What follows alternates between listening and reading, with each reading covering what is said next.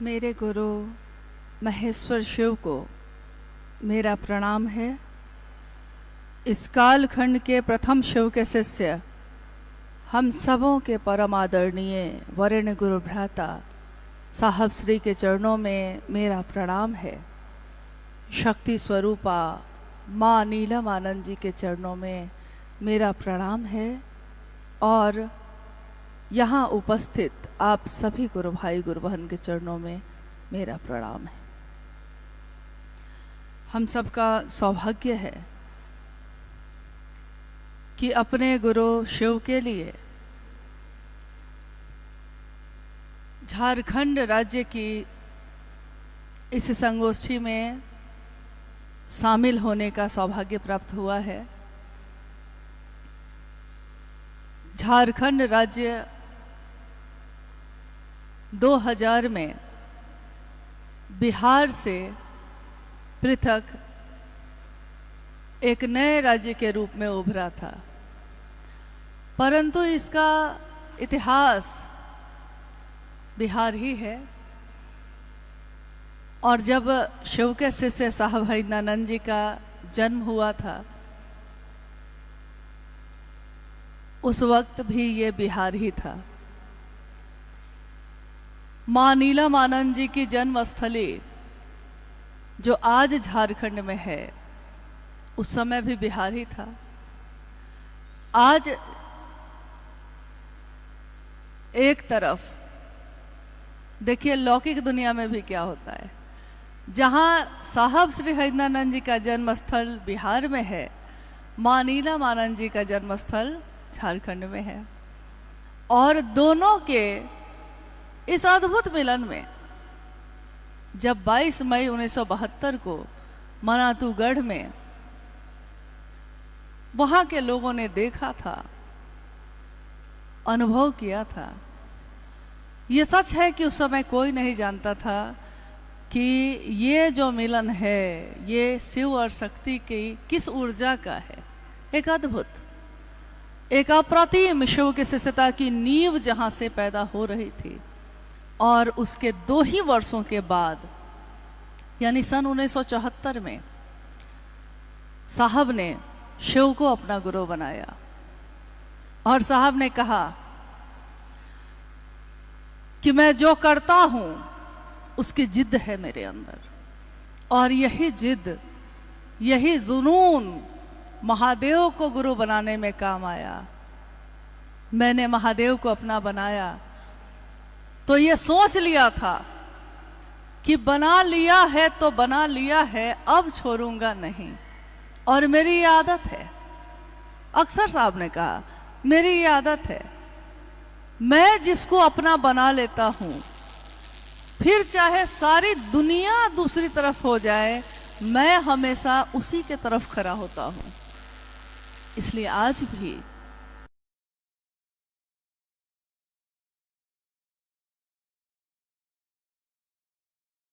मेरे साथ चले,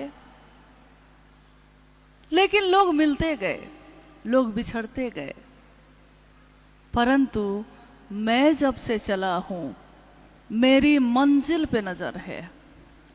मेरी इन आंखों ने मील का पत्थर भी नहीं देखा। माना ये जंगल खूबसूरत है, पहाड़ सुंदर हैं, माना ये बहार आई है, खूबसूरत फूल खिले हैं, परंतु इन सब को देखने का भी समय मेरे पास नहीं है, क्योंकि मीलों मुझको जाना है। ये जो मीलों जाना था उनको, ये क्या शरीर की यात्रा है?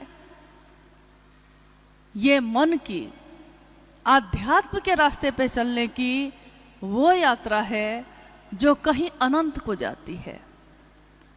स्वयं शिव के शिष्य ने लगभग 40-45 वर्षों तक लगातार जगत के लोगों से महादेव के गुरु स्वरूप की बात की और ये चाहा कि हम शिव के शिष्य हो जाएं। ये चाहा कि हमारे जीवन में शिव शिष्यता की जीवंत सुगंध हो, हम कागज के फूल न बन के रह जाएं। और ये कहा शिव के शिष्यता मुलायम होने की विधा है, यहाँ आकर अहंकार जैसा कुछ भी नहीं है। झारखंड के एक संत परम सिद्ध बाबा ने कहा, निर्भर तब निर्भय। और इस पंक्ति को साहब ने अपनी पुस्तक आओ चले शिव की ओर में भी लिखा है। निर्भर तब निर्भय। निर्भर हम होते कहाँ हैं? महादेव पे हम निर्भर हो जाएं, ये दुसाध्य है, कठिन है, मुश्किल है। परंतु अगर हो गए, जब तक हम झुकते नहीं हैं तभी तक कठिन है। और एक बार अगर झुक गए, एक बार अगर मखमल की तरह मुलायम हो गए, तो ये रास्ता इतना आसान है, इतना हल्का है कि जैसे मिठाई जो होती है चीनी वाली, लोग नहीं कहते हवा मिठाई है, ये देखने में इतनी बड़ी और सुंदर, गुलाबी लाल, खाइए तो कब चला जाता है, पिघल जाता है, पता ही नहीं चलता। और दूर से देखिए तो लगता है इतनी बड़ी मिठाई है। साहब ने इसका उदाहरण देते हुए कहा, अध्यात्म एक ऐसा रास्ता है कि अध्यात्म एक ऐसी मिठाई जैसी ही बात है। अगर आप इसको चख लिए, अगर आपने स्वाद ले लिया, तो आपके जीवन में आनंद लाता है। आपको मिठाई जैसी ही हल्की लगेगी, ये हवा मिठाई की तरह मीठी और सुंदर, आनंददायक। हमने अपने अपने जीवन में हमेशा चाहा, काश कुछ अच्छा होता, कहीं और जन्मे होते हम, कोई और होता परिवार, कोई और बड़ी नौकरी मिलती, और अच्छे स्वास्थ्य के साथ रहते, कभी बीमार न होते, कभी गरीब न होते। परंतु जब भी हमने जो चाहा वो नहीं हुआ। फिर भी हम अपनी दीर्घकालिक योजनाओं में, अपनी दीर्घकालिक योजना यानी लंबी योजना, अगले पल का ठिकाना नहीं होता, परंतु हम लंबी योजना बनाते हैं। 10 साल बाद क्या करेंगे, 20 साल बाद क्या करेंगे। और ये योजना बनाने में, अपनी दीर्घकालिक योजना बनाने में, हम अपनी अल्पकालिक यात्रा को भूल जाते हैं। ये पंक्ति है साहब श्री हरिनानंद जी की शिष्यानुभूति की, कि हर व्यक्ति अपनी अपनी योजना बनाने में लगा है, पर भूल गया कि काल के मुख में बैठा है। कब काल का मुंह बंद होगा, कब मौत की एक बूंद होगी और ये जीवन खत्म। परंतु फिर भी हम दीर्घकालिक योजना बनाते हैं। महादेव हमारे गुरु, जब भी शिव शिष्टता की बात इस कालखंड में हो रही है, होती चली आई है, मनवंतरों तक होती रहेगी, क्योंकि यह शिव का संदेश है। शिव का ही यह संदेश है कि हरिंद्र की बताई विधा ही मनवंतरों तक के लिए पर्याप्त है। तो मनवंतरों तक ये होती रहेगी। हमारे शरीर बदलते रहेंगे, शायद हमने पहले भी जन्म लिया हो, शायद हम आगे भी जन्म लें, परंतु इस जन्म में जो जागे हैं, इस जीवन में जो जागे हैं हम, तो कहा जाता है कि जब जागिए तभी सवेरा। जब जागिए, कभी कभी कोई छोटा बच्चा भी जाग जाता है, और कभी कभी कोई वृद्ध होकर भी जाग नहीं पाता। कभी कभी कोई युवावस्था में ही अध्यात्म के चरम पे पहुंचता है, और कभी कभी कोई मृत्यु के सैया पे बैठे भी उस चरम को नहीं पा पाता, उसको नहीं देख पाता। ये होता है मात्र अपने गुरु की दया से। और गुरु अगर शिव हो तो क्या होगा? शरीरधारी गुरुओं की तो एक सीमा है, एक सीमा तक शरीरधारी गुरु के भी शिष्य बनकर हम कुछ पा सकते हैं। कहते हैं गुरु अपनी वाणी से, यानी अपनी बोली से, अपने स्पर्श से छूकर, अपने पास बिठाकर हम में शिव भाव का आवेश जगा सकते हैं। परंतु एक सीमा के बाद वो भी खत्म हो जाता है। एक सीमा के बाद उनकी ताकत काम नहीं करती। हमारी 5 ज्ञानेंद्रियां जिन आंखों से हम देखते हैं, जिन कानों से हम सुनते हैं, जिस हाथ से छूते हैं किसी को, यानी हमारी जितनी ज्ञानेंद्रियां हैं, हम कुछ समय के बाद, कुछ सीमा के बाद उससे न देख पाते हैं। इस दीवार के उस पार क्या है नहीं देख सकते। माइक नहीं हो तो ज्यादा लोगों के बीच अपनी आवाज नहीं पहुंचा सकते। एक मनुष्य की सीमा कितनी दूर की है, एक शरीर की सीमा कितनी दूर की है। इसलिए गुरु और शिष्य परंपरा में जब गुरु की बात होती है तो शरीरधारी गुरु माना जाता है, उनकी एक सीमा होती है।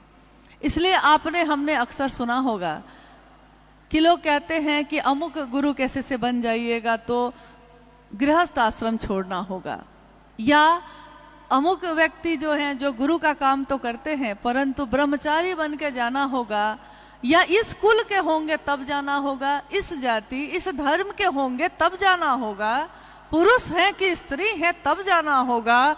मंदिरों तक में विभाजक रेखा खींची हुई है कि पुरुष जाएंगे कि स्त्री जाएगी। तो देखिए, एक सीमा के बाद अब वो गुरु काम नहीं करते। फिर श्रेणी आती है सदगुरु की।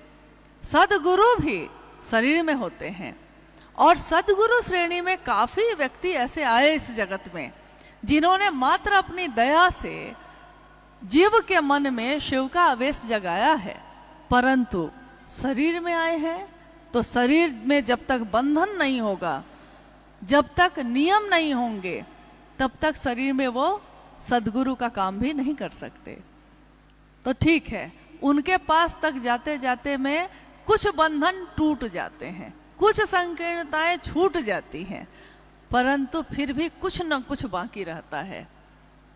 हो सकता है उनको ये पसंद हो सकता है उनको ये नापसंद हो सकता है वो सूर्योदय से पहले से लेकर शाम तक में लाखों मंत्रों का जप करते हो, उनको ये पसंद हो, या उनको ये पसंद हो कि मुझको मिठाई पसंद है, बहुत मामूली सी चीज। माँ काली के उपासक जो दक्षिणेश्वर में मंदिर स्थापित है, माँ काली, अघोरा सिर्फ काली को कहा गया। माँ काली के उपासक रामकृष्ण परमहंस स्वयं काली का दर्शन करते रहे, परंतु न जाने क्यों अपने शिष्यों के बीच बैठे भी वो अंदर चले आते, कभी भी अचानक उठकर। उनकी पत्नी कहती उनसे, माँ शारदा, आपको अच्छा लगता है? शिष्य लोग क्या कहेंगे कि आप अभी तो इतनी बड़ी आध्यात्मिक बात कर रहे थे और अंदर उठकर चले आए मिठाई के लिए। और उन्होंने अपनी पत्नी से कहा था कि जिस दिन मैं मिठाई खाना बंद कर दूंगा, मांगना बंद कर दूंगा, तो समझना कि मैं अब ज्यादा दिन इस शरीर में नहीं रहूंगा। हुआ भी यही। कोई एक चीज, कोई एक पसंद, कोई एक नापसंद, कुछ न कुछ होगा। तो जब सदगुरु भी होंगे तो एक नियम, एक वर्जना, एक बंधन होगा ही होगा। परंतु जैसे ही हम कहते हैं जगत गुरु शिव की बात, तो जगत गुरु शिव यानी अब वहां कोई बंधन नहीं, अब वहां कोई संकीर्णता नहीं। क्या होती है जाति, क्या होता है धर्म? शिव ने जाति नहीं बनाई, शिव ने धर्म नहीं बनाए, शिव ने अलग अलग लोगों की श्रेणियां नहीं बनाई। महादेव ने ऐसा नहीं किया। महादेव एक परम चैतन्य का नाम है, वो भेद नहीं कर सकते, वो अमीर गरीब में भेद नहीं कर सकते। मानव मात्र, जीव मात्र शिव हो सकता है, और जीव तो कोई भी है। हो सकता है बहुत अमीर से मैं आदमी हो सकता है जिसके पास एक रोटी नमक खाने का भी नहीं हो, वो भी हो, कोई भी हो सकता है। जगत गुरु शिव अपने शिष्य में शिव का आवेश पैदा करते हैं। क्या हम मानव शिव को अपना गुरु बना सकते हैं? तो आज तक के प्राचीन इतिहास में, आध्यात्म के प्राचीन इतिहास में आज तक महादेव उस समय भी जगत गुरु थे, और उस समय भी शिव के कुछ शिष्य हुए, परंतु एक लंबी खाई थी, एक लंबा अंतर। महादेव एक बहुत ऊपर की सत्ता, महादेव भगवान है, महादेव महाकाल है, महादेव महामृत्युंजय है, महादेव महाऔघरेश्वर है, महाकापलेश्वर है। काल को भी जिससे भय लगता है वो सत्ता है महादेव। देखिए, एक तरफ महादेव शिखर पे हैं, अब उनसे ऊपर कुछ भी नहीं। देवी देवता भी, जब जब यह दृष्टांत मिलता है, देवी देवता भी जब हारते हैं तो निर्भर होते हैं उन पे, देवों के देव महादेव पे। इसलिए एक ही सत्ता को महादेव कहा गया। महाशब्द जहां जहां लगा है सिर्फ महादेव के साथ ही लगा है। और इतनी बड़ी सत्ता, इतना नीचे अपने को करते हैं, इतना नीचे करते हैं कि हमारे आपके जैसे सामान्य से अति सामान्य लोग महादेव का अनुभव करते हैं, महादेव को महसूस करते हैं। ये किनके कारण हो पाया? क्यों नहीं हजारों साल के इतिहास में किसी और ने ये बात कहा या हमको रास्ता दिखाया? न जाने क्यों ये हुआ, परंतु ये हुआ। और कोई ऐसा नहीं आया जो कहता कि जंगल में रहते हो, पहाड़ पे रहते हो, खाने को भी कुछ नहीं, पात्रता भी नहीं है, शास्त्र भी नहीं पढ़ सकते, संस्कृत भी नहीं आती है, कुछ भी नहीं आता है, लेकिन जीव हैं आप में संभावना है शिव होने की। और महादेव हमको और आपको शिष्य के रूप में स्वीकार करते हैं। इतनी बड़ी सत्ता, इतने शिखर पे बैठे महादेव, हम आज क्या बोल रहे हैं? जो हम बोल रहे हैं हम समझ कितना रहे हैं? हम बोल क्या रहे हैं? मेरे गुरु शिव, मैं शिव का शिष्य। अध्यात्म में इससे बड़ी बात गुरु शिष्य परंपरा में और कुछ नहीं हो सकती। लेकिन ये बात इस कालखंड में कही किसने? क्योंकि जिसने कही है, कहा जाता है कि जिसने मंत्र दिया है, जिसने ये बात कही है, मंत्र को जपने वाला और मंत्र को देने वाला सब जब एक हो जाते हैं, एक ही मनसा से जुड़ जाते हैं, तो कर्म फल को भोगने की व्यवस्था का भी नाश कर देते हैं। यानी हमने अपने जीवन में जो भी किया होगा, न जाने क्या किया होगा, क्योंकि आज तो नहीं याद है, अब तो कुछ भी गलत नहीं होता, लेकिन न जाने पिछले जन्म में क्या हुआ होगा, अच्छा या बुरा। शिव गुरु के रूप में करते क्या है, क्या देते हैं? एक बड़ी अद्भुत बात साहब ने कही। उन्होंने कहा, आपने जो कर्म किए हैं पिछले न जाने कितने जन्मों में, आपके कर्म फल जो अच्छे हैं, गुरु की दया उस अच्छाई को ऐसी हवा देता है जो हवा से अच्छाई और बढ़ जाए, और गुरु की ही दया आपके बुरे कर्म फल को दग्ध भी करता है। आपने देखा होगा, हम जब चूल्हे में आग लगाते हैं, हम जब चूल्हा जलाते हैं, लकड़ी जलाते हैं उसमें, तो हम एक बार हवा ही, पंखा से हवा देते हैं तो आग भड़क जाती है और ज़्यादा तेज हो जाती है, और उसी तरफ से दूसरी तरफ से फिर हवा के झोंके से ही आग को बुझा भी देते हैं। यानी महादेव की दया हमारे कर्मफल को बढ़ा देती है, बुझा भी देती है। अच्छे को बढ़ाना और जो बुरा किया है उसको बुझाना। लेकिन महादेव को गुरु मानकर हम चाहते क्या हैं? क्योंकि ये तो सबसे बड़ा प्रश्न है। जब भी हम किसी को कुछ बनाते हैं, अपना बनाते हैं, तो लौकिक जीवन में हम उससे कोई उम्मीद नहीं रखते, बहुत बार नहीं रखते।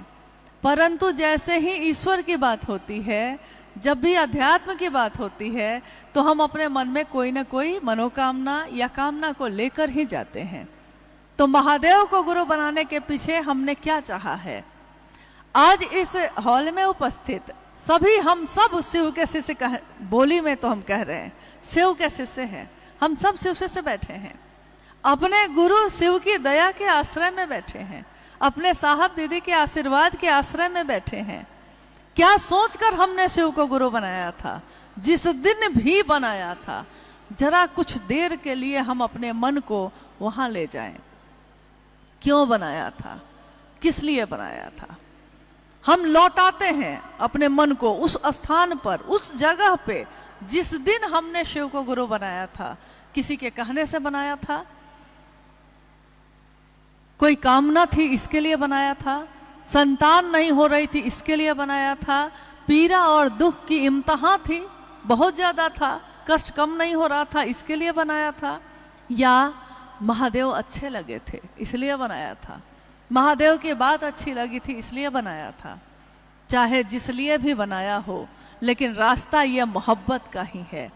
और यही बात साहब श्री ने कही कि महादेव को गुरु बनाते समय हमारा मन कितना सुंदर था, कितना पवित्र और अच्छा था। परंतु देखिए क्या हो गया कि देखते देखते कुछ वर्षों में ही मोहब्बत तिजारत में बदल गई। मोहब्बत का रास्ता व्यापार का रास्ता क्यों बना? मोहब्बत तो मोहब्बत का रास्ता होता है। मोहब्बत में तो दिया जाता है, मोहब्बत में लिया तो नहीं जाता। मोहब्बत में तो जिससे प्रेम करते हैं उसको देते हैं, लेते कब हैं? परंतु कोई शर्त होती नहीं प्यार में, परंतु हमने शर्तों में प्यार किया। महादेव गुरु के रूप में हम चाहे शर्त में भी प्यार करें, हमारे मन में इतना तीव्र आवेश जगाते हैं कि उनके बलात् आकर्षण में हमारा मन खींचा चला जाता है, खींचा ही जा रहा है महादेव के आकर्षण में, एक ऐसे चुंबक के आकर्षण में जिसके बारे में साहब ने जब अपनी पुस्तक लिखी तो उस पुस्तक में जब पंक्तियां वो लिख रहे थे तो उन्होंने कहा, मैं, साहब कह रहे हैं, मैं शिव के बलात् आकर्षण में तीव्रतम वेग से, प्रबलतम वेग से खींचा जा रहा हूं, एक लोहे के टुकड़े की भांति खींचा जा रहा हूं। मैं चाहता हूं ऐसा भी नहीं है, न जाने क्यों खींचा चला जा रहा हूं। अगर इसका उत्तर देंगे कि क्यों खींचा जा रहा हूं, तो मेरे गुरु शिव देंगे या वो चुंबक देगा जो मुझको खींचता है। साहब ने हमेशा कहा कि मैंने न सोचा था, न मैंने चाहा था, न जाने कैसे कैसे मेरे रास्ते बदलते चले गए। आपने अभी थोड़ी देर पहले मंडल सर के द्वारा जो शिवशिष्टता की पृष्ठभूमि, व्याप्ति और प्रयोजन विषय पे सुना, तो आपने ये सुना कि किस तरह साहब ने शिव को अपना गुरु बनाया था और किस तरह उन्होंने ये चाहा कि शिव को चाहा तो फिर और कुछ ना चाहा। एक ही दृष्टांत आता है आज तक में कि सुना है कि माँ उमा ने आराधना की थी, माँ पार्वती ने तपस्या की थी और कहा था, जब नारद गए थे उनके पास कहने कि और भी अच्छे अच्छे देवी देवता हैं, आप और देवताओं का भी वर्ण कर सकती हैं, परंतु माँ उमा ने कहा था, वर हूं शंभु नहीं तो रहूं कुंवारी, वरण करूंगी तो सिर्फ शिव का, नहीं तो किसी का नहीं। परंतु हम आप क्या ऐसा कर पा रहे हैं? क्या हम शिष्य के रूप में, क्योंकि शिष्य की दुनिया में तो गुरु होता है और गुरु की दुनिया उसके शिष्यों से होती है, तो एक शिष्य होने के नाते हमको आपको भी ये सोचना होगा कि एक निष्ठता ही आध्यात्म की आधार भूमि है। एक निष्ठता फिर दूसरे जगह चलेगी, व्यभिचारी भक्ति दूसरे जगह चलेगी, आध्यात्म में नहीं चलती। आध्यात्म का रास्ता एक को जानो, एक को मानो का ही है। एक मतलब कौन? जो एक से बहुत हुआ था, फिर से बहुत से एक होगा। एको हम बहुत श्याम जब शिव ने कहा था, और आज जब जीव से शिव होने की यात्रा है, तो महादेव के लिए एकनिष्ठ होना कठिन है, बहुत कठिन है, आसान नहीं है। अब है कि महादेव को गुरु मानने और शिष्य बनने के बीच की जो परंपरा है, इस कालखंड में जब साहब श्री ने शुरू की तो उन्होंने यही देखा था, कोई ऐसा नहीं है जो किसी को रास्ता दिखाता हो, सही रास्ता। हर व्यक्ति खुद से जोड़ने की कोशिश में है, लेकिन ऐसे लोग दिख ही नहीं रहे जो शिव से जोड़ने की कोशिश कर रहे हों। ये भी बड़ी अद्भुत बात है, क्योंकि लौकिक जगत में जब हम किसी को प्रेम करते हैं तो अगर मैंने आपको प्रेम किया है तो मैं चाहूंगी कि आप मुझसे ज्यादा किसी को ना चाहें, और आप भी यही चाहेंगे, मतलब जिसको भी आपने चाहा है, जिससे भी प्रेम किया है। लौकिक जगत में जब हम प्रेम करते हैं तो ये प्रेम संकीर्ण होता है, जलन और ईर्ष्या से भरा होता है। कोई देखे तुमको तो जलता है दिल, ऐसी भावना को लिए होता है। परंतु जब पारलौकिक जगत की बात होती है, शिव को प्रेम करने की बात होती है, तो आज तक के जितने भी उदाहरण हैं उसमें सबसे सुंदर सर्वोत्तम उदाहरण है शिव के शिष्य साहब हरिंदरानंद जी की, जिसमें उन्होंने कहा कि मैं जिस शिव को चाहता हूं तुम भी उसको चाहो। और शिव को कहा, हे शिव, मैं शिव का शिष्य हरिंदरानंद आपसे साष्टांग अपने आप को पूरी तरह झुकाकर, अपने आप को आपके चरणों में गिराकर साष्टांग ये प्रार्थना करता हूं कि हम सभी का मन शिव की दया की अतल गहराइयों में समाहित ही होता रहे। हम सभी का मन शिव की दया की अतल, जिसका कोई तल नहीं, तालाब का तल होता है, नदी का होता है, समंदर का भी होता है, परंतु शिव की दया का कोई तल नहीं होता। इसीलिए प्रेम का भी तल नहीं होता। प्रेम में हम डूबते हैं, मेरा मन डूबता है। कितना भी बात कर ले जिसको प्रेम करते हैं, क्या मन भर जाता है, संतुष्ट हो जाता है कि अब तुमसे नहीं बात करनी, अब जाओ? नहीं होता है, लगता है और कुछ बात करते। कितना भी देख लें, अक्सर लोग कहते हैं साहब को देख नहीं पाए। हम साहब को कितना भी देख लेते, क्या हम इस शरीर को उनके देख के भी संतुष्ट हो पाते? क्योंकि जिससे आप प्रेम करते हैं उसको देखते देखते आंखें थक जाती हैं, मन संतुष्ट नहीं होता है, मन प्रेम में डूबता है। और जब प्रेम होता है तो फिर दो सत्ता में पैदा होता है, परंतु दोनों को एक करता है। प्रेम गली अति सांकरी, जामे दो न समाए, दो नहीं समा सकते। तो गुरु और शिष्य परंपरा में, जगत गुरु शिव और शिष्यों की परंपरा में शुरुआत में हम हो सकता है शिव के साकार या निराकार दोनों स्वरूप को अपनाएं। शिव जो मंदिरों में है, जो मूर्ति में है, जो तस्वीरों में है, जो शिवलिंग के प्रतीक के रूप में है, प्रारंभिक अवस्था में ये सब चलेगा, परंतु मिलना तो उस निराकार शिव से ही होता है। ठीक वैसे ही जब एक इंसान दूसरे इंसान से जब प्रेम कर बैठता है तो वो उसके शरीर से नहीं मिलता, वो उसके अंदर की चैतन्य जो है, उसका वो जो ऊर्जा है जो जीवित है उससे मिलता है, मन मिलता है। मन जब नजदीक होता है किसी के तो आवाज देखिएगा धीमी हो जाती है। अक्सर हमने देखा होगा अपने घरों में कि जब हम किसी से बहुत नजदीक होते हैं मन से, तो बहुत धीरे धीरे बात करते हैं। इतना धीरे बात करते हैं कि सामने बैठा व्यक्ति भी नहीं सुन पाता है। होता है कि नहीं ऐसा? बहुत धीमे बात करते हैं। लोग कहते हैं कि पता नहीं दोनों क्या बात कर रहा था। लेकिन अगर मन से दूरी हो गई है, मन से दूरी हो गई, तो हमारे सामने वो खड़ा है, सामने सम्मुख खड़ा है, परंतु हम इतनी तेज आवाज में चिल्लाते हैं कि लोग कहते हैं अरे इतना जोर से क्यों बोल रहे हो? सामने तो खड़ा है, वो सामने ही तो है। मन ही किसी को अपना बनाता है, मन ही किसी को पराया बनाता है, और पूरे शिष्यता में मन ही साधन है उस शिव से मिलने के लिए, तीनों सूत्र को करने के लिए जो साहब श्री के द्वारा निरूपित हैं। माँ नीलम आनंद जी के बारे में अभी आपने थोड़ी देर पहले सुना। भाई परमेश्वर जी उस पर अपनी बात, अपनी अभिव्यक्ति दे रहे थे।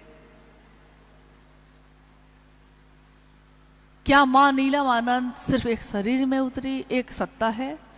क्या साहब हरिंदरानंद जी जो शरीर में दिखे बस उतने ही है? क्योंकि एक सामान्य दिखने वाला व्यक्ति करोड़ों लोगों को दीवाना नहीं बना सकता, यह शाश्वत सत्य है।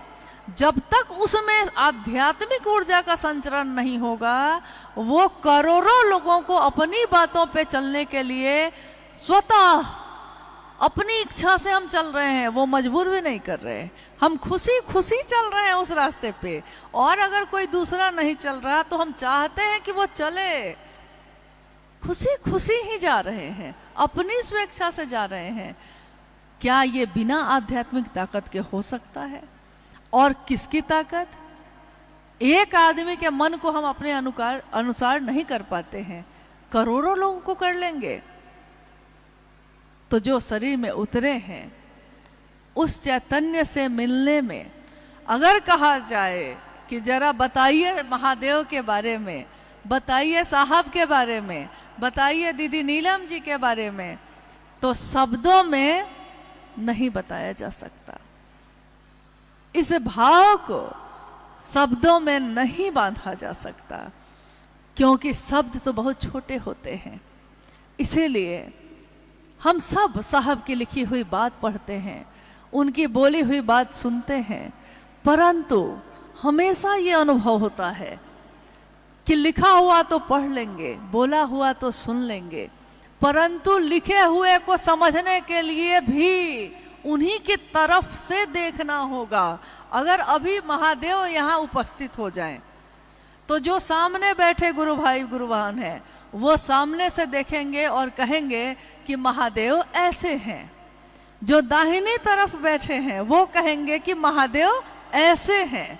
जो बाईं तरफ बैठे हैं वो कहेंगे कि महादेव ऐसे हैं। शिव की अवधारणा आज तक कोई नहीं समझ सका, महादेव कैसे हैं। तो जब महादेव के तत्व को जानना तो बहुत दूर की बात है, शिव के शिष्य साहब दीदी के तत्व को तो हम जान ही नहीं सके। हम में से कितने लोग जान सके? और अगर जान लिया होता उन्होंने, तो उनके मन में भी ये बात उतरी होती कि वर हूं शंभु नहीं तो रहूं कुंवारी। व्यभिचारी भक्ति हम नहीं करते, हम अपना रास्ता नहीं बदलते, हम अपना भगवान नहीं बदलते, हम अपना गुरु नहीं बदलते, और हम अपने साहब दीदी को भी नहीं बदलते। एक ही रहेंगे वो हमारे लिए हमेशा।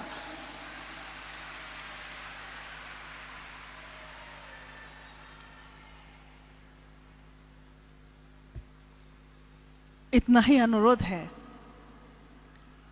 कि आज यथासंभव जो हम लोगों से हो सका इतनी व्यवस्था हो पाई, लेकिन एक ही मनसा है, किसी भी शिव शिष्य का इहलौकिक उद्देश्य एक ही होता है कि शिव की स्थापना दूसरे के हृदय में वो कर दे। शिव की स्थापना अपनी नहीं। हमको आपको लोग जान ही जाएंगे तो क्या होगा? कजा ने ऐसी हजार सूरत बिगाड़ डाली बना बना के। अकबर, कैसे कैसे लोग आए धरती पे, जब चलते थे तो चारों तरफ जय घोष होते थे। कजा ने यानी समय ने तो बहार जो इस धरती पे छाई है ये चंद दिनों की है। बहार दिन है चंद रोजा। कितना सर उठा के हम चल सकेंगे? कितनी देर? ज्यादा सर उठा के चलने के बाद जानते हैं क्या होता है? गले में दर्द हो जाता है, अकरन होती है। परंतु झुकने की विधा आपने देखा होगा। आज पहाड़ के काफी लोग हैं, पहाड़ और जंगल के लोग हैं ज्यादा, और जो नहीं भी हैं तो वो पहाड़ और जंगल में जाते ही रहते हैं, आसपास में तो है ही। हमेशा जब आप पैदल चलते हैं तो आपने देखा होगा कि बहुत सारा हम लोग अगर थैला, झोला थैला सामान से भर लिए हैं और चलना चाहते हैं पहाड़ पे यानी ऊंचाई पे, तो जैसे जैसे हम ऊपर की तरफ बढ़ते हैं वैसे वैसे हमको थकन होने लगती है, थकान बढ़ने लगती है। तो हम झोला में से, अपने थैला में से उस सामान को कम करने लगते हैं जो ज़्यादा भारी लग रहा है। अगर खाने का सामान रखे हैं तो बैठकर कुछ खा ही लेते हैं, पानी का बोतल पीकर फेंक ही देते हैं। जैसे जैसे आप ऊपर की तरफ चल रहे हैं, यानी शिखर की तरफ, शरीर से, इस शरीर की बात हो रही है अभी, शरीर से वैसे वैसे थकान होने लगती है। छोटा से छोटा सामान भी हमको भारी लगने लगता है और हम धीरे धीरे उस भारी सामान को छोड़ते चले जाते हैं जो हमारे शरीर को थकाएगा। हम नहीं रुकते हैं, हमको तो जाना ही पड़ेगा, परंतु हम उन चीज़ों को छोड़ते चले जाते हैं जो मेरे शरीर को थकाता है, भारी बना रहा है, और बहुत हल्की चीज़ों को लेके चलते हैं। कुछ समय के बाद तो स्थिति ये आ जाती है कि एक छोटा पानी का बोतल भी भारी लगता है, वो भी भारी लगता है, चाहते हैं वो भी कोई पकड़ ले दूसरा। और एक बात है, बहुत महत्वपूर्ण बात है, साहब की बोली हुई सारी बातों पे सटीक है, क्या कि हम झुक कर चलते हैं।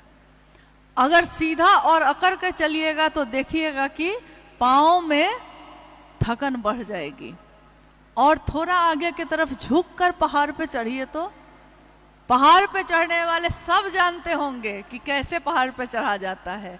क्या हम लोग जानते हैं कि नहीं जानते हैं? झुकने की विधा मन के साथ भी ऐसा ही है। ये तो दिख रहा है, शरीर तो दिख रहा है, मन दिख नहीं रहा। इस मन में भी बहुत बोझा लेकर हम लोग चल रहे हैं। क्या हम ठीक कर लेंगे किसी चीज को? नहीं कर सकेंगे। क्या मेरी चिंता करने से ठीक हो जाएगा? नहीं होगा। तो फिर हम अपने मन में इतना बोझा लेकर चलने के लिए तैयार हैं, क्योंकि जाना है अभी शिखर पे। शिखर पे जाना ही नहीं है, पहले से जो अध्यात्म में स्थापित विधियां हैं उन शिखरों पे भी चले। हिमालय की शिखरों पे अभी और शिखर पे चढ़ना है, हमें हिमालय के शिखरों पर नया हिमालय गढ़ना है। तो बोलिए क्या क्या लेकर चलिएगा? मन में चल सकिएगा? चल सकेंगे हम लोग? हमारे मन में, हमारे चेहरे में, हमारे जीवन में मुस्कुराहट उतर पाएगी, हंसी आएगी? क्योंकि मन में अगर बहुत बोझा होगा तो हम चल ही नहीं सकेंगे, शिखर पे नहीं जा सकेंगे। ये वैसे बंधन हैं, ये वैसे कांटे हैं जो हमको फिर से धरती पे खींचते हैं। उसने क्या कहा? जो उसके पास था उसने कहा मेरे पास क्या है, मैं वो बोलूं। किसी ने नफरत थी तो नफरत दिया, मेरे पास प्रेम है, मैं प्रेम दूं। किसी ने शिकायत की, मेरे पास कोई शिकायत नहीं। तो आपके पास क्या है? हमारे पास क्या है? हम दुनिया को क्या देना चाहते हैं? हम महादेव देना चाहते हैं, शिव का शिष्यता उसके मन में जग जाए, ये चाहते हैं? अगर हम ये चाहते हैं तो महादेव इसमें हमारी मदद करते हैं। लेकिन अगर हम ये नहीं चाहते तो कोई हमारी मदद नहीं करता, और हमारी स्थिति धीरे धीरे लटाई से जो पतंग कट जाती है वही हो जाती है। कुछ दिन तक तो खूब धूम दिखेगी, अमुक आदमी अमुक आदमी अमुक आदमी, लेकिन उसके बाद उस पतंग का क्या होगा कोई नहीं जानता। लटाई गुरु है, धागा जो है ना, क्योंकि गुरु से मिलाया है जिसने, वही बांधे हुए पतंग को। तो उस लटाई के धागा है साहब और दीदी, और अगर उनसे कट गए तो फिर कोई जगह नहीं है। तो अपने अनुभव के आधार पर एक शिव शिष्य होने के नाते हम सबका कर्तव्य है कि दुनिया हम सबको जो दे, दुनिया ने यही दिया है, दुनिया के पास यही है। जो उसके पास है उसका क्या दोष? उसके पास अगर नफरत है तो वो क्या करे? वो तो वही दे पाएगा। किसी के हाथों में कांटे हैं, वो कांटे ही देगा।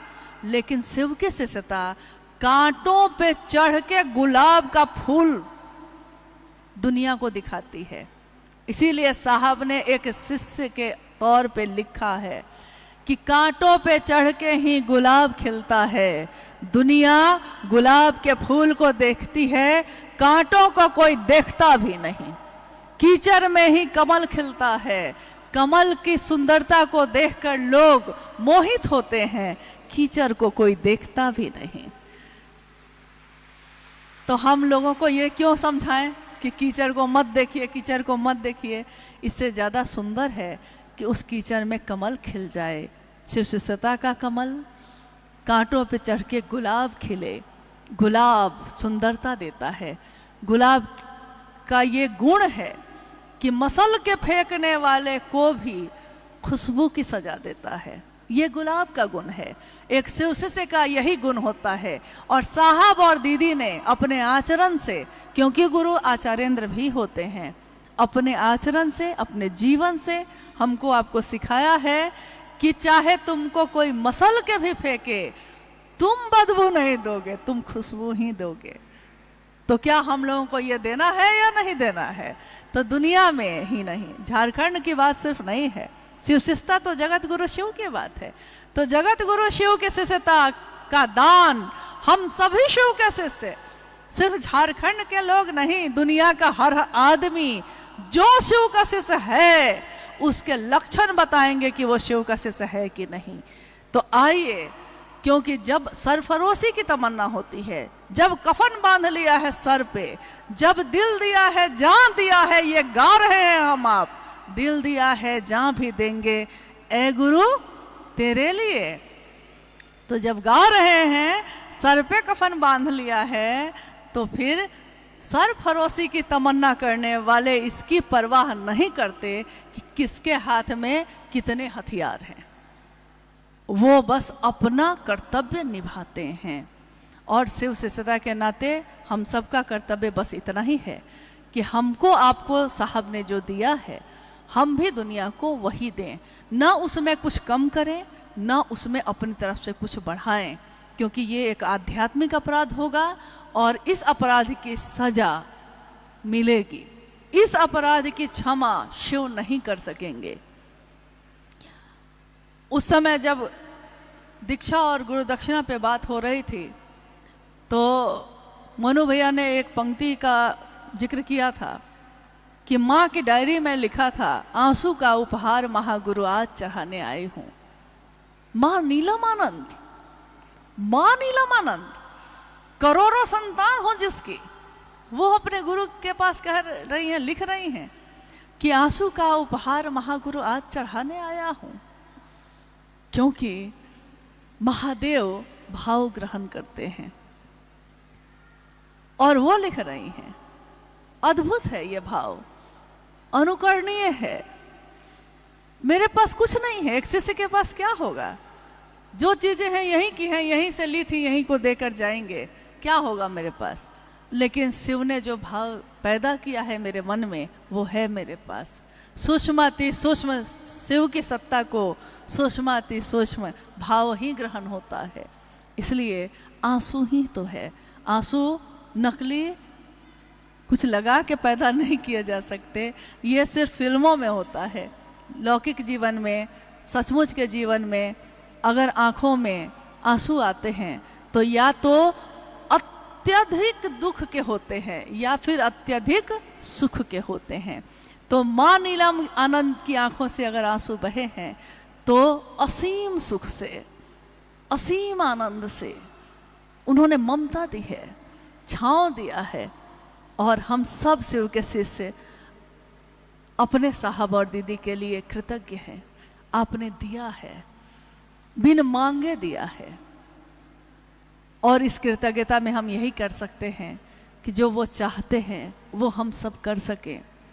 इस संगोष्ठी का भी मूल उद्देश्य, मुख्य उद्देश्य यही है कि हम सब जो एक सभा में बैठे हैं, सभा शिव शिष्यों की सभा है, इसमें जो बैठे हैं हम सभी का मन एक हो, इस जगह पे एक हो, एक विषय में एक हो, बाकी चीज में चलेगा अलग अलग। आपको दूसरा कपड़ा पसंद है, हमको दूसरा पसंद है, आपको दूसरा खाना पसंद है, हमको दूसरा पसंद है, लेकिन आपको भी महादेव ही पसंद है, हमको भी महादेव ही पसंद है। आपने भी दिल उन्हीं को दिया, हमने भी दिल उन्हीं को दिया है। तो आइए हम सभी शिव शिष्यों का मन एक ही भाव संचरित हो, हम सब के हृदय में एक ही भाव, एक ही सोच, एक ही बात, कि महादेव के शिष्य बनेंगे भी और बनाएंगे भी, और इसके सिवा न साहब ने कुछ और किया न हम और कुछ करेंगे, लेकिन साहब की लिखी हुई एक एक चीज, उनकी बनाई हुई एक एक चीज, चाहे वो कुछ भी हो, चाहे वो कोई व्यवस्था हो, चाहे वो संस्था हो, चाहे वो न्यास हो, चाहे वो शिव शिष्यता के क्रम में चलने वाले कार्यक्रम हो, साहब ने के निर्देश के सिवा शिव के शिष्यता में इस धरती पे और कुछ भी नहीं है। ये मैंने अनुभूत किया है, आपने किया है कि नहीं मुझको नहीं पता, क्योंकि अगर उस परिधि में मैंने आज तक अपने जीवन में कोई भी काम किया है तो वो महादेव के भाव से भरा रहा है। अगर किसी के द्वारा मैंने देखा है कि उन्होंने एक रेखा खींची है, एक सीमा खींची है, शिव शिष्यों का आचरण कैसा होना चाहिए, तो उन्होंने सीमा रेखा खींची है। शिव शिष्यता की बगिया में फूल खिले हैं तो क्या देना है और क्या नहीं देना है, उन्होंने एक रेखा खींची है। अगर हम उसका निर्वहन करते हैं तो सारे जगह पे रास्ते खुले हैं और गति ही गति है, इतनी तीव्र है कि हम लोग थक जा रहे हैं। साहब आप कितना काम कराइएगा, थक जा रहे हैं, नहीं, लेकिन काम खत्म नहीं हो रहा है। आइए हम लोग, अगर कोई जिज्ञासा आई है तो उस पर बात करें। समय थोड़ा लंबा खींच गया है, ये बात भी सही है, क्योंकि स्वाभाविक है जब आप कोई व्यवस्था बनाते हैं तो थोड़ा अनुभव लेते लेते थोड़ा समय हो जाता है, परंतु बड़ी मुश्किल से हम लोग एक जगह इकट्ठा हुए हैं, इसलिए थोड़ी देर के बाद आज का ये कार्यक्रम अपने समापन की तरफ जाएगा। उससे पहले एक दो जिज्ञासा पे भी हम लोग बात कर लेते हैं। है जिज्ञासा है?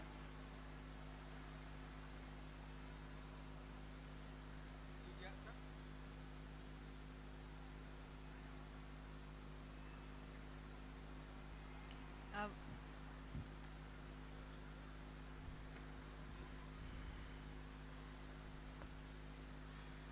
इसमें आवाज है?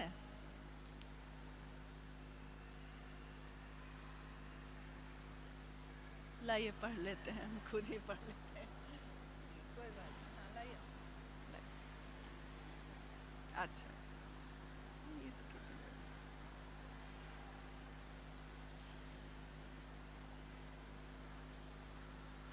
आज के लिए जिज्ञासा जो है काफ़ी है, लेकिन हम लोगों को लग रहा है कि एक दो जिज्ञासा काफ़ी होगी, क्योंकि इस लंबे कार्यक्रम में हम लोगों ने हर पहलू के बारे में बात की है। हर पहलू, शिव से होगा तो वृक्ष भी लगाएगा, शिव से होगा तो पानी भी बचाएगा, क्योंकि शिव ने बनाई है प्रकृति। तो जिन हवाओं को हम सलाम करते हैं जो महादेव को छूकर आती है, उस पर भी हमने बात की है। अब ये जिज्ञासा है कि साहब जी का संकल्प है कि शिव गुरु को संसार के एक एक मानव के दिल में बसाना है, तो क्या यह हमारा भी संकल्प है? भाई विक्रांत अंबुज जिला सरायकेला से हैं। साहब जी का संकल्प है कि शिव गुरु को संसार के एक एक मानव के दिल में बसाना है, तो मतलब इनका कहना है कि ये साहब का संकल्प है, तो क्या ये हमारा भी संकल्प है? देखिए, इसका उत्तर तो बहुत बड़ा हो सकता है, परंतु कोई मेरी नजरों से देखे तो समझे कि तुम मेरे क्या हो।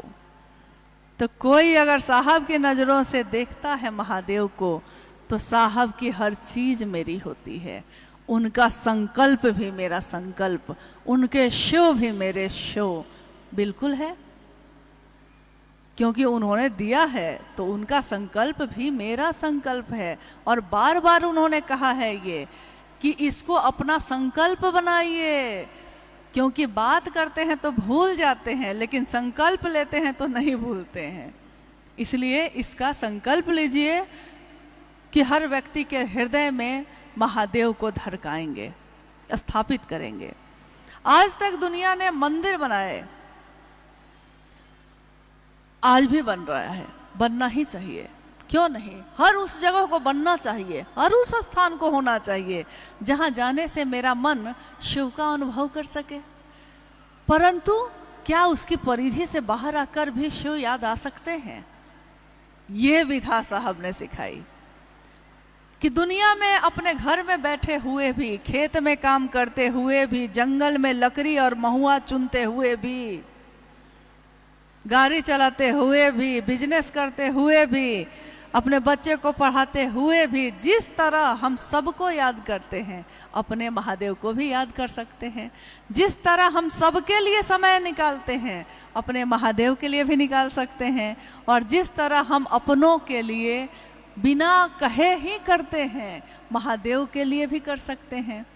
इसलिए संकल्प शुरू किया था साहब ने, परंतु आज ये हम सबका संकल्प है। ठीक वैसे ही जब एक बरगद का पेड़ जमीन पे जब विशाल होता है, एक बीज से वो बना है, एक बीज से एक विशाल बरगद का पेड़ बनता है, और जब तक उसका जीवन चलता है उस जीवन चक्र में वो अनंत असंख्य बीजों को पैदा करता है, और हर बीज में उतने ही विशाल पेड़ के बनने की संभावना होती है। वैसा ही है साहब श्री का संकल्प। यह संकल्प एक दिन उनका था, फिर दीदी नीलम आनंद जी का भी बना, और आज हमारा आपका सबका है।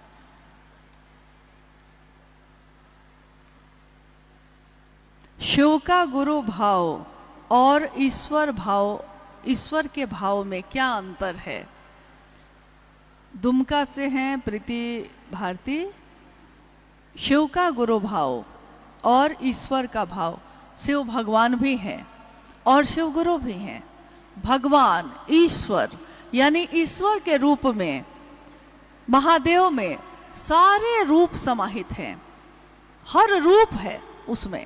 एक ही सत्ता में वो महाकाल भी हैं, वो महामृत्युंजय भी हैं, वो नटराज भी हैं, वो शिव भी हैं, वो शंकर भी हैं, वो महेश की कुर्सी पे भी बैठे हैं और जगत गुरु की कुर्सी पे भी बैठे हैं। हजारों रूप हैं, लेकिन एक ही सत्ता में, जिस तरह हमारे आपके अंदर भी हैं, एक ही सत्ता में बेटी भी है, पत्नी भी है, माँ भी है, बहन भी है, मित्र भी है, दुश्मन भी है, एक ही सत्ता में। ठीक वैसे ही ईश्वर में वो सारे समग्र स्वरूप समाहित हैं। ईश्वर का भाव क्या है? शिव ईश्वर के रूप में सभी मनोकामनाओं की पूर्ति करते हैं। इसीलिए मंदिरों में इतनी भीड़ होती है, इसीलिए तो इतने उपवास हैं, इसीलिए इतनी साधना की प्रचलित विधियां हैं, क्योंकि भगवान शिव हमारी मनोकामनाओं को सुनते हैं, तभी तो उत्तर में परिणाम भी आता है। वो दिखते नहीं है, सुनते हैं। मालिक बड़े करीब से सुनते गरीब की, बहुत करीब से सुनते हैं। हम बोलेंगे तब ना, हम कहेंगे तब ना, तो सुनते हैं। और देते हैं क्या? मनोकामना की पूर्ति करने में महादेव भगवान के रूप में जो आप मांगेंगे वो प्रसन्न हो गए तो दे देंगे। इसी पे साहब ने उदाहरण दिया था कि रावण शिव का इतना बड़ा भक्त था, परंतु उसने शिव से तीनों लोगों की संपत्ति मांगी थी और महादेव ने दी थी, परंतु उस संपदा को, उस संपत्ति को, उस तीनों लोगों के अधिपति होने की ताकत को संभालने का ज्ञान नहीं मांगा था। हम आपसे कुछ मांग सकते हैं, हम कहेंगे कि आपकी गाड़ी बहुत अच्छी है, दे दीजिए, आप दे भी देंगे। अब उस गाड़ी को चलाना ही नहीं आता मुझको, मेरे किस काम की? और अगर चला लिया है, आधा अधूरा है, तो दुर्घटना होगी, खुद भी जाएंगे, किसी को लेकर भी जाएंगे। तो जब भी मनोकामना की पूर्ति ईश्वर के रूप में होती है तो जरूरी नहीं है कि उसमें वो ये सोचेंगे कि आपके लिए अच्छा है कि नहीं। लेकिन जब गुरु भाव है, गुरु भाव यानी अनुग्रह का भाव, गुरु भाव यानी दया का भाव, जो जीव है उसको शिव बना दे, ये भाव, तो जीव को शिव बनाने का जो भाव है उसमें अब गुरु के रूप में वो वही देंगे जो हमारे लिए सही होगा, वो नहीं देंगे जिससे हमारा अहित हो सकता है। जैसे हम अपने बच्चे को चाकू नहीं देंगे, हाथ काट लेगा वो, लेकिन दूसरे का है तो हो सकता है वो दे भी दे। मांग रहा है, ज्यादा प्रेम अंधा हो जाता है तो दे भी देता है लोग, लेकिन गुरु ऐसा नहीं करेंगे। इसलिए गुरु का भाव जीव से शिव बनाने की पात्रता पैदा करता है और इसमें परिमार्जन करने में तपना पड़ता है। सोना बनना है तो तपना पड़ेगा। मूर्ति वंदनीय है इसलिए कि उसने तरासे जाने का दर्द सहा है। मूर्ति जो पत्थर थी, आज मूर्ति के रूप में उसकी पूजा हो रही है क्योंकि उसने छेनी और हथौड़ी दोनों खाए हैं, इसलिए वो वंदनीय है। तो गुरु भाव में वो विवेक पूर्ण दान देंगे, सोचेंगे क्या इसके लिए ये सही होगा। और जबरदस्ती भी कुछ लोगों ने लिया है, मतलब कभी कभी ऐसा हो गया है, जिद पे आ गए, चाहिए ही चाहिए, चाहिए ही चाहिए। मैंने देखा अपने जीवन में, जब से साहब दीदी के सानिध्य में आई तो माँ नीलम आनंद जी से भी बहुत लोगों को बहुत कुछ लेते देखा, आपने सुना ही अभी थोड़ी देर पहले, और साहब से भी बहुत कुछ लेते देखा। एक पति पत्नी आते थे, संतान नहीं थी उनको और काफी उम्र हो गई थी, लेकिन न जाने क्यों उनको यही जिद थी कि हमको संतान चाहिए ही चाहिए। मंडल सर भी यहाँ बैठे हैं, बहुत बार इन पे भी फोन आया, खूब आया। अंत में साहब ने ऊब कर थक कर कहा, जाओ तुमको यही चाहिए तो मैं महादेव देना चाहता था, लेकिन तुमको यही चाहिए, जाओ। एक लंबे अरसे के बाद एक कार्यक्रम में दूर से भीड़ में मुझको दिखाई दिए, छोटा सा बच्चा था साथ में, यानी संतान हो गई थी, खबर आई थी, हो गई थी संतान, पुत्र हुआ था। और मैंने देखा कि माँ जो वृद्ध हो गई थी, अब बच्चा तो अभी छोटा ही था, हो गया। ये भी बड़ा आश्चर्य था कि इस उम्र में संतान की प्राप्ति हुई। और उस बच्चे ने अपनी माँ को थोड़ी देर भी वहां खड़ा रहने नहीं दिया, मारता रहा। इतना छोटा बच्चा अपने वृद्ध माँ को अपने हाथ से मारे जा रहा है लगातार। मेरे मन ने जो सोचा वो कहते हैं, मेरे मन ने उस समय यही सोचा कि महादेव से दया मांगकर कुछ मांगना चाहिए, जबरदस्ती कुछ नहीं मांगना चाहिए, इसमें हमारा भला नहीं होता है। इसलिए निर्भर होइए ताकि हम निर्भय हो सकें। महादेव को साहब और दीदी ने महादेव को महादेव के लिए चाहा, हमारा आपका मन भी उस शिव को शिव के लिए चाहे। कम से कम हम ये कह सकें, हे महादेव, मैं आपका शिष्य हूं और आपको चाहता हूं, आपसे कुछ नहीं चाहता। कोई तो महादेव को ये भी कहे, क्योंकि ईश्वर के रूप में, गुरु के रूप में महादेव कहते हैं। साहब से ही सुना कि कहा महादेव ने कि हमेशा मतलब से ही आते हो, कभी मिलने भी आ जाया करो। देखिए कितनी बड़ी बात है, कितना बड़ा संदेश है। महादेव से मिल सके हम, साहब और दीदी के बताए हुए रास्ते पे चल सके, शिव की शिष्यता की जो आध्यात्मिक धारा चल रही है उस मूल उद्देश्य को लेकर, उस धारा के साथ हम सबका मन उस महादेव की दया की अतल गहराइयों में समाहित हुई होता रहे। हमारी साहब की चाहत में हम सबकी चाहत मिल जाए और अपने पूरे राज्य को शिव नाम से गुंजायमान करें हम। महादेव की गूंज हो और महादेव की गूंज ऐसी हो कि उसके साक्षी स्वयं शिव के शिष्य साहब हरिंद्रानंद जी बने। वो देखे कि उन्होंने जो बीज बोया है उसके वृक्ष कितने विशाल और झुके हुए हैं, फलों से लदे हुए हैं, दूसरों को तृप्त करने के लिए खड़े हैं। अपनी चाहत में हम आप नहीं खड़े हैं, बस यही चाहत है। और आप सबका बहुत आभार है कि आपने जो सबसे कीमती समय है आज का, आज के समय में सबसे कीमती है ये समय समय को पैसे से नहीं खरीदा जा सकता, समय को जबरदस्ती नहीं लिया जा सकता, लेकिन आपने अपने गुरु महादेव के लिए ये समय दिया, हम सब एक जगह बैठ सके। आगामी आने वाले समय में हम सब के द्वारा निर्बल सामर्थ्य भी हो अगर, तो उसके द्वारा भी एक कदम, एक बूंद भी हमारी सहभागिता इस महान उद्देश्य की पूर्ति में लगे, यही हम सबका उद्देश्य हो। आप सभी के चरणों में मेरा प्रणाम है।